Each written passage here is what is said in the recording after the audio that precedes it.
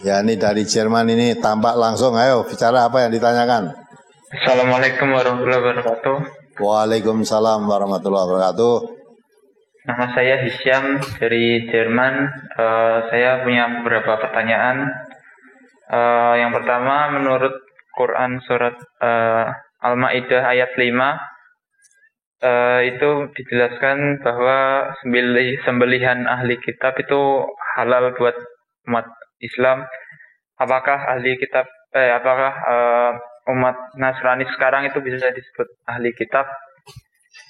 Yang kedua, mohon dijelaskan gharar dalam bisnis itu, Ustaz. Ya. Dan lalu selanjutnya, apabila misal kerabat saya di Indonesia itu ada yang meninggal dan sudah diurus dengan secara Islami, yaitu disolatkan dan lain-lain, apakah kita masih boleh sholat gaib? Ya. Itu saja pertanyaan saya. Wassalamualaikum warahmatullahi wabarakatuh. Waalaikumsalam warahmatullahi wabarakatuh. Jadi orang Nasrani termasuk Yahudi sekarang apa masih boleh disebut ahli kitab? Boleh nggak? Boleh, memang ahli kitab itu mereka kok. Ya, ya ahlal kitab maksudnya orang Yahudi dan Nasrani. Wala yakunu kalladzina utul kitab. Kamu jangan berkeadaan seperti orang-orang yang telah diberi kitab sebelum Al-Quran, maksudnya Yahudi dan Nasrani. Ya, kalau Yahudi dan Nasrani zaman Nabi, zaman sekarang ya sama ada. Ya, zaman dahulu, zaman Nabi, orang Yahudi mempunyai anggapan Allah itu punya anak, namanya siapa? Uzair. Orang Nasrani menganggapan Allah itu punya anak, namanya Isa. Itu sudah zaman Nabi Muhammad. Sampai sekarang ya begitu, sama. Ya dah. Jadi Allah itu punya anak, namanya Uzair kalau Yahudi, kalau Nasrani namanya Isa. Itu sama. Maka orang Islam diperingatkan jangan kamu berkeadaan seperti orang-orang Yahudi dan orang Nasrani yang mereka menganggap mempunyai kitab Taurat atau menganggap mempunyai kitab Injil. Tetapi mereka cara beragama sudah jauh dengan kitab Tauratnya dan kitab Injilnya. Mungkin malah kitab Tauratnya pun nggak ngerti, Injilnya nggak ngerti. Kitab asli daripada kitab itu bahasanya bahasa Ibrani. Sekarang udah nggak ada itu. Bu hilang nengendi. Nah, kalau orang Islam kitab sucinya sedunia masih otentik. Ya. Nggak ada kok Quran Jawa, Quran Indonesia, Quran Sumatera, enggak. Quran seluruh dunia sama. Itu kitab aslinya orang Islam. Maka agama Islam itu seluruh dunia sama.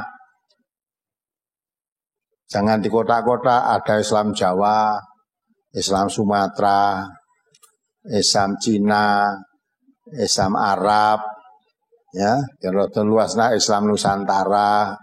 Islam itu satu, Islam seluruh dunia sama. Kitab sucinya apa? Quran. Maka orang Islam yang mengaku kitab sucinya Quran, kalau ingin mengerti agama, belajarnya kepada Al-Quran dan Sunnah. Itu sumber agama. Perkara ngaji kepada ustadz siapa, kiai siapa aja boleh, tapi harus diambilkan dari sumber Islam itu sendiri, yaitu Al-Quran dan Sunnah. Jangan seperti cara mereka, ahli kitab. Kalau beragama tidak perlu ditunjukkan kitab sucinya, tetapi hanya mengikuti apa yang diterangkan oleh pendeta-pendetanya, oleh ulama-ulamanya. Coba diingat kembali, biar tahu ini. Yang kita dari Jerman ini disemak ini. Ya. Nah, Taubat ayat 31. Surat Taubah nomor surat 9 ayat 31. Ittakhadhu ahbarahum wa ruhbanahum arbabam min dunillahi wal masih ibn Maryam wa ma umiru illa liya'budu ilaha wahida la ilaha illahu subhanahu amma yusyrikun. Mereka menjadikan orang-orang alimnya dan rahib-rahib mereka sebagai Tuhan selain Allah. Ya, orang-orang alim itu maksudnya ulama. Orang Yahudi menjadikan ulama-ulamanya sebagai Tuhan. Orang Nasrani menjadikan pendeta-pendetanya sebagai Tuhan dan menganggap ya Isa putra Maryam itu sebagai Tuhan. Terus dan juga mereka mempertuhankan Al-Masih putra Maryam. Ya, mempertuhankan artinya Al-Masih putranya Maryam, Isa Al-Masih itu dianggapnya sebagai Tuhan. Terus padahal mereka hanya disuruh menyembah Tuhan yang Maha Esa, tidak ada Tuhan yang berhak disembah selain Dia. Maha suci Allah dari apa yang mereka persekutukan. Padahal di kitab suci mereka juga diperintahkan, tidak pernah Isa itu mengarahkan umatnya sembahlah aku, itu tidak pernah. Kitab suci mereka pun sebenarnya mengatakan Rabbi wa Rabbukumullah, Tuhanku dan Tuhanmu sama, yaitu Allah. Jadi Isa tidak pernah mengaku dirinya sebagai Tuhan, tapi oleh mereka dianggap sebagai Tuhan. Padahal dalam kitab suci mereka pun tidak diperintahkan kecuali hanya menyembah Allah yang Maha Esa. Terus ada notnya di situ.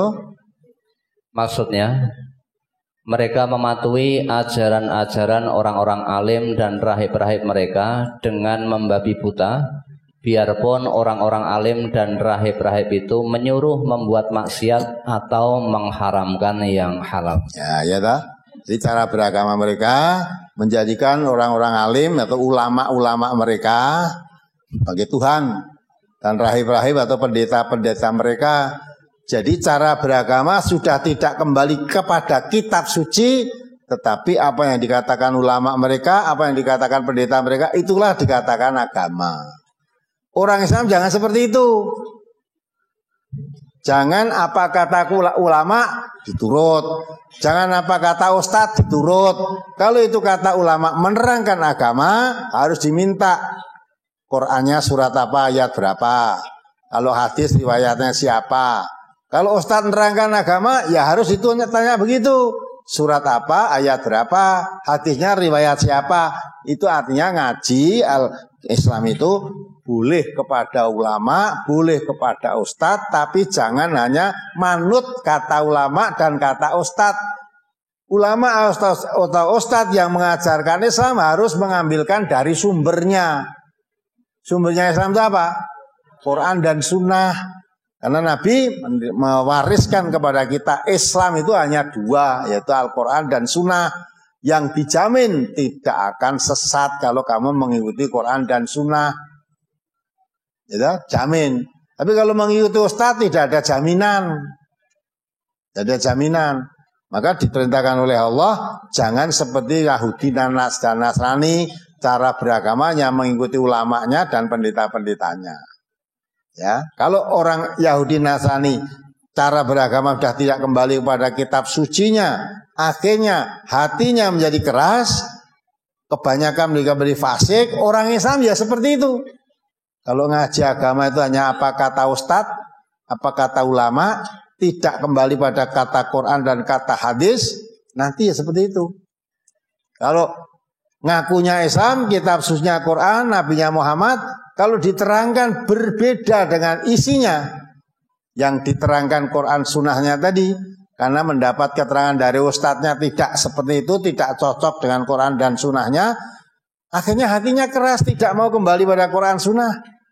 Oh, guru saya begini kok, menurut ulama saya begini kok, menurut kiai ini begini, menurut ustadz ini begini, kok tidak menurut Quran surat ini ayat sekian, tidak menurut Nabi riwayat ini, ada sama seperti mereka. Nah, akhirnya kalau tidak kembali pada Quran sunnah, dah cukup kita nguri-uri warisannya ulama-ulama dulu, nguri-uri warisannya mbah-mbah dulu, sampai Allah mengatakan awalokana abauhum la ya'lamuna la yaqiluna syai'an wa la yahtadun. Apakah sekalipun mbah-mbahmu dulu, bapak-bapakmu dulu tidak mengerti kebenaran dan tidak mendapat tunjuk, apa juga kamu ikuti? Terus jawabnya apa? Pokoknya gitu lah. Nah, itu dilarang kita. Jadi ulama orang Yahudi di sana ya sama lah. Zaman Nabi dengan zaman sekarang ya sama. Terus yang kedua tadi, kalau orang tuanya meninggal, kamu misalnya di Jerman, orang tuanya di Indonesia meninggal di sini padahal sudah banyak disolatkan orang Islam.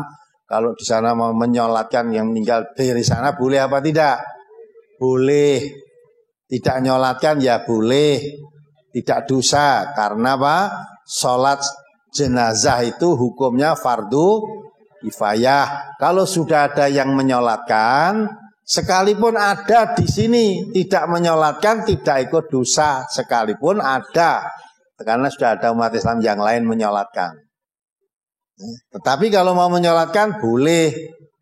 Maka di sana karena orang tua atau keluarganya meninggal lah, saya akan sholatkan sholat gaib, boleh saja ikut menyolatkan. Tapi tidak menyolatkan tidak dosa. Ya, apalagi yang lain? Jadi masih satu, mau dijelaskan tentang gharar dalam bisnis. Apa? Gharar. Ya ada penipuan-penipuan, ada ketidakjujuran, ada kecurangan, ya di dalam bisnis itu. Maka tidak boleh bisnis atau hubungan kerja atau apa, harus Islam itu mengajarkan selalu jujur. Apalagi dalam berbisnis, ya harus jujur. Jangan sampai ada ya kita mendapatkan rezeki walaupun rezeki dari perdagangan, kalau cara perdagangannya tadi cara tidak jujur, ya hasilnya pun jadi tidak halal. Dan Allah mengatakan kita suruh makan itu yang halalan thayyiban. Ya, maka jujur dalam perdagangan ya harus jujur, jangan ada penipuan-penipuan.